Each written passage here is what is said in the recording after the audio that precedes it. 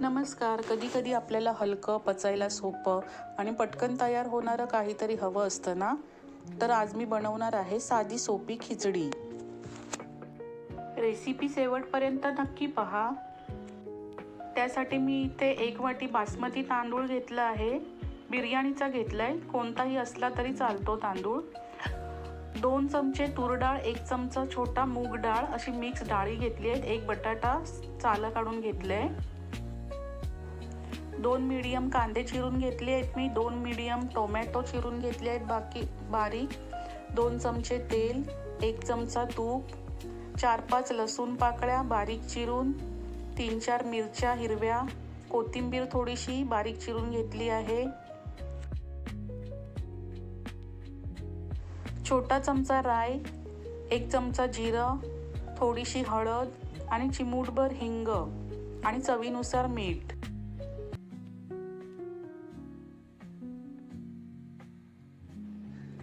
तेल, तूप, राई, जिरं, कांदा, लसूण बारीक चिरलेली, मिरची मिक्स करायचं. हिंग, टोमॅटो,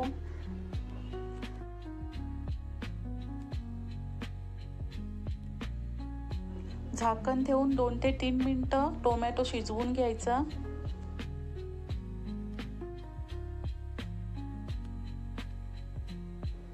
टोमॅटो मऊ झाला की कोथिंबीर, हळद घालून मिक्स करून घ्यायचं.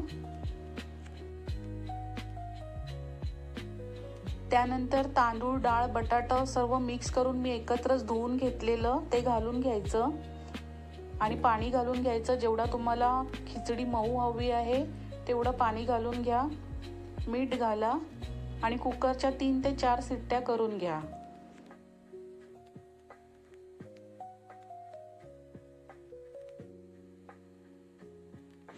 चला तर रेडी आहे आपली साधी सोपी खिचडी.